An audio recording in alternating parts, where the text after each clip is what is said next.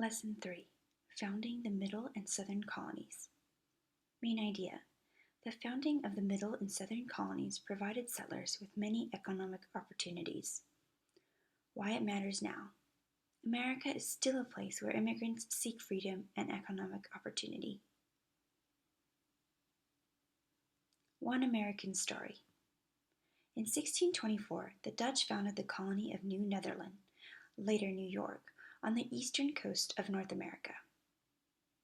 Peter Stuyvesant, the new governor, arrived in the city of New Amsterdam in May 1647. Because of his rough manner, he lost the support of the Dutch colonists. In 1664, a British fleet ordered the city of New Amsterdam to surrender itself to British control. Unable to gain the support of the Dutch colonists, Stuyvesant surrendered. He then defended his decision to his superiors back in the Netherlands. A voice from the past. Powder and provisions failing, and no relief or reinforcements being expected, we were necessitated or forced to come to terms with the enemy, not through neglect of duty or cowardice, but in consequence of an absolute impossibility to defend the fort. Peter Stuyvesant, quoted in Peter Stuyvesant and his New York. In this section, you will read about the founding of the Middle Colonies, such as New York and the Southern Colonies. The Middle Colonies. The Middle Colonies were New York, New Jersey, Pennsylvania, and Delaware. They were located between New England to the north and the Chesapeake region to the south. Swedes, Dutch, English, Germans, and Africans were among the groups who came to these colonies. Religious freedom attracted many groups, including Protestants, Catholics, Quakers, and Jews. The Hudson and Delaware rivers supported shipping and commerce. The river valleys had rich soil and mild winters. These conditions were favorable for farming and raising livestock. New Netherland becomes New York. In 1624, Dutch settlers financed by the Dutch West India Company founded the colony of New Netherland. New Netherland included the Hudson River Valley, Long Island, and the land along the Delaware River. To attract more settlers, the Dutch West India Company employed the patroon system. A patroon was a person who brought 50 settlers to New Netherland. As a reward, a patroon received a large land grant. He also received special privileges in hunting, fishing, and fur trading on his land. In the early years, many different kinds of people settled in New Netherland. 23 Jewish settlers arrived in 1654, and others soon followed.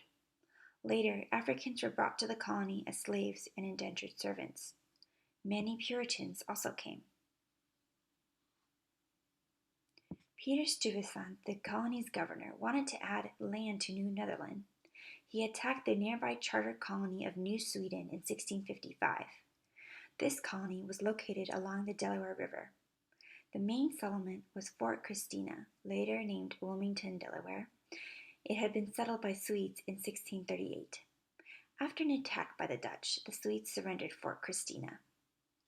England's King Charles II decided that his brother, the Duke of York, should drive the Dutch out of New Netherland. The Dutch colony was a threat to England because of its trade. It was also a threat because of its expanding settlements and its location.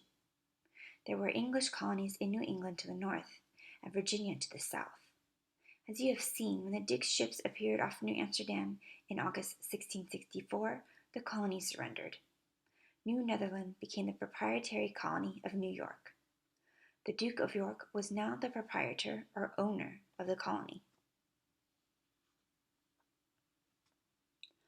New Jersey, Pennsylvania, and Delaware. The Duke of York had become the largest single landowner in America. He gave part of his claim, the province of New Jersey, to his friends Sir George Carteret and Lord John Berkeley in 1664. They encouraged settlers to come by promising freedom of religion. They also promised large grants of land and a representative assembly. William Penn became another large landowner in America. Born into a wealthy English family, Penn joined the Quakers to his father's disapproval. The young Penn was attacked for his Quaker beliefs. King Charles II owed the Penn family money. In repayment, in 1681, he gave Penn a large piece of land in America that came to be called Pennsylvania. The name means Penn's Woods.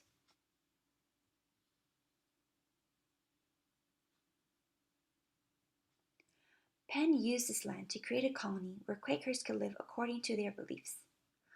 Among other things, the Quakers believed that all people should live in peace and harmony.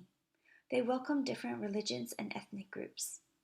In Pennsylvania, Penn extended religious freedom and equality to all. He wanted especially the Native Americans to be treated fairly. In a letter to them in 1681, Penn said, "May we always live together as neighbors and friends." Penn's policies helped make Pennsylvania one of the wealthiest of the American colonies. Many settlers came to Pennsylvania seeking religious freedom and a better life. In 1704, Penn granted the 3 lower counties of Delaware their own assembly. The counties later broke away to form the colony of Delaware.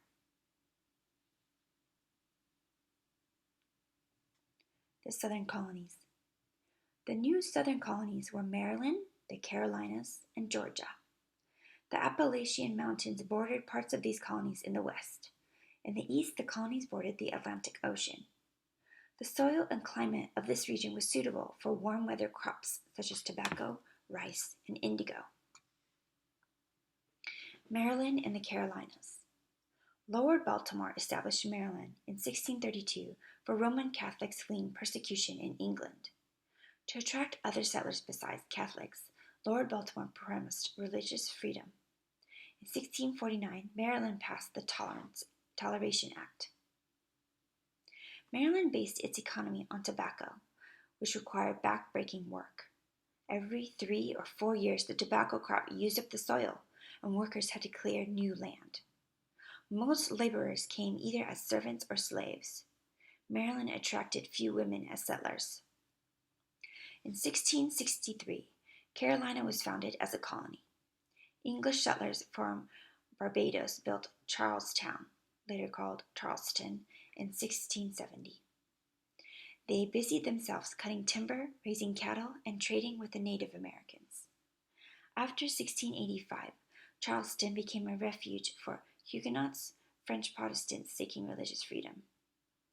Carolina's colonists needed laborers to grow rice and indigo. The English settlers encouraged the use of enslaved Africans. They also sold local Native Americans into slavery.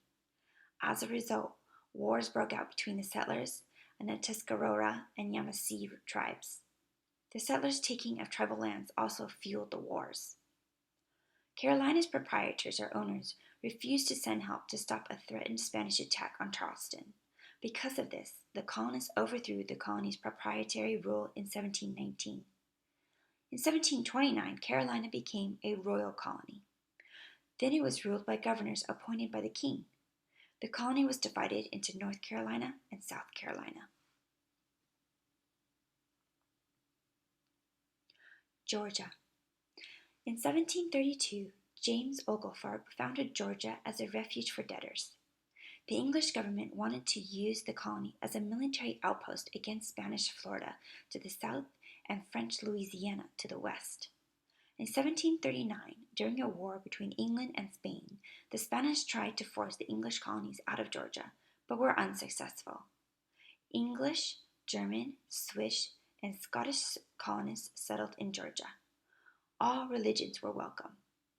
As the colony's leader, Oglethorpe set strict rules that upset the colonists.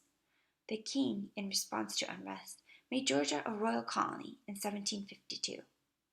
By the early 1700s, there were 13 English colonies along the eastern coast of North America. In the next chapter, you will read about how these colonies developed.